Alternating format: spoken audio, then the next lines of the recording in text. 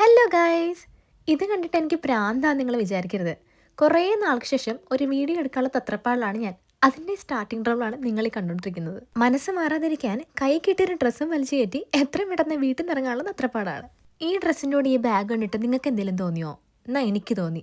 നമ്മുടെ വീട്ടിൽ നിന്ന് ശബരിമലയ്ക്കൊക്കെ പോകുമ്പോൾ തോൾസഞ്ചി ഇടില്ലേ, അതുപോലെ. അതുകൊണ്ട് നൈസായിട്ട് നിങ്ങൾ മാറ്റാം. അങ്ങനെ തപ്പിപ്പിടിച്ച് ഒരിടെ എത്തിയപ്പോഴേക്കും അവിടെ മൊത്തം ചിത്രപ്പണികൾ. ഇതാ നോക്കിയേ. എന്തെങ്കിലും ആവട്ടെ. ഒന്നിനെപ്പറ്റി ഒരു ഐഡിയ ഇല്ലെങ്കിലും മെനു നോക്കിക്കൊണ്ടിരിക്കുന്നത് ഒരു ഹരമാണ്. അങ്ങനെ അവസാനം എനിക്കെൻ്റെ സമൂസ ചാറ്റ് കിട്ടി. ഇനി ഇത് കഴിച്ചിട്ടാവണം ബാക്കി.